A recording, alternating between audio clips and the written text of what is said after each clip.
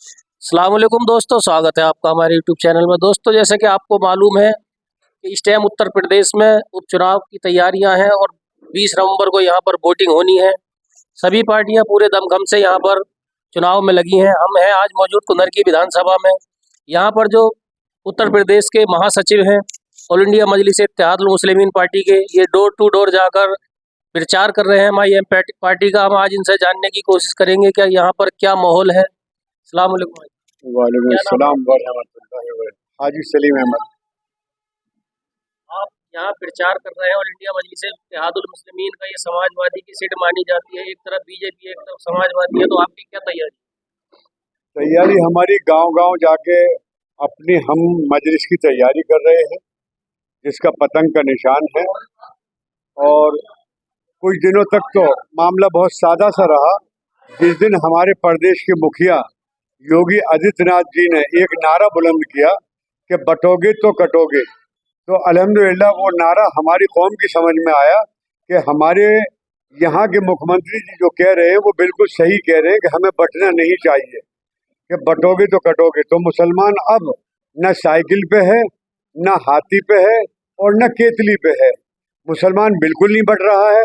अफसोस इस बात का है कि योगी जी की कौम जो है वो जरूर बट रही है, क्योंकि इस विधानसभा में साइकिल के साथ साथ यानी साइकिल यादव पे जा रहे हैं,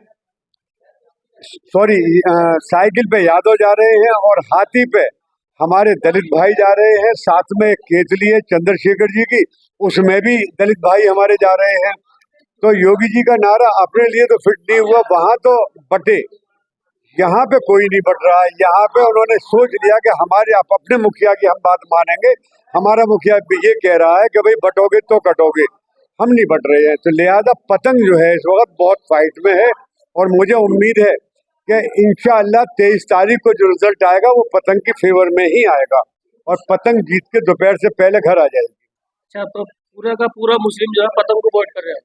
देखिए, पूरे का पूरा तो ऐसा है, हाथ की 5 उंगलियां बराबर नहीं है। कुछ लोग जो हैं थोड़ा सा दबाव में कह लीजिए, मोहब्बत में कह लीजिए, जिस तरीके से भी कह लीजिए, ना के बराबर जो लोग हैं, जो हाजी रिजवान साहब से खफा हो गए थे, वो उसमें से थोड़े हमारे साथ आ गए, थोड़े चले गए हैं कमल के साथ। अच्छा, जैसे कि 2022 में भी आप चुनाव लड़े थे, मैंने आपको देखा था, आपने भी यहाँ पर काफी प्रचार किया था, तो उस टाइम आपको 14,500 वोट यहाँ पर मिले थे। तो इस बार आपने ऐसा क्या नया किया जो कि आप यहाँ जीत की कंडीशन में?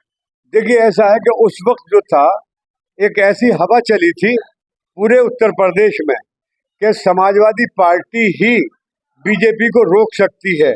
तो मुसलमान इस बहकावे में आ गया, क्योंकि मीडिया ने भी प्रचार प्रसार इसी टाइप का किया था और समाजवादी के मुखिया और उनके दलालों ने भी यही कौम को बरगलाया था कि बीजेपी को सिर्फ और सिर्फ साइकिल ही रोक पाएगी। तो मेरी ये मतलब ये भोली भाली कौम साइकिल पे यानी एक का एक वोट साइकिल पे दे दिया। सिर्फ वो वोट हमें मिले थे जो बिल्कुल पक्के पतंग वाले थे, ओवैसी साहब के चाहने वाले थे, हमारे रिश्तेदार थे, वो वोट हमें मिले थे और वो भी बहुत मिले, सबसे ज्यादा हम लेके आए थे। अच्छा, तो इस बार क्या कंडीशन है? इस बार कंडीशन मैंने आपको बताया कि इंशाअल्लाह 23 तारीख में दोपहर से पहले पहले पतंग जीत के घर आएगी। इससे मुकाबला मान हमारा मुकाबला तो सही मायनों में किसी से भी नहीं है हमारे मुकाबले पे। हाँ, यूँ कहिए कि नंबर 2 पे कमल है। अच्छा, जी हाँ, साइकिल तीसरे चौथे नंबर पे पहुंचेगी। अच्छा जी हाँ, इतने वोट बढ़े से कैसे कह सकते हैं? हम ऐसे कह सकते हैं, गांव गांव घर घर हम घूम रहे हैं, अपनी माँ बहनों से भी मिल रहे हैं, अपने भाइयों से भी बात हमारी डेली हो रही है। हमारी अलग अलग टीमें जाके हर क्षेत्र में काम कर रही हैं। तो उससे ये पता लग जाता है, जब हम मुसाफा करते हैं, उस मुसाफा करने से पता लग जाता है कि ये वोट हमारा है या किसी और का है। उसके मुस्कुराने से पता लग जाता है वोटर के वो वोट किसका है, हमारा है या साइकिल पे जाएगा। क्योंकि हमारे खिलाफ वाला जो वोट होगा वो हमसे अगर मुसाफा भी करेगा तो उसका अंदाज कुछ और होगा।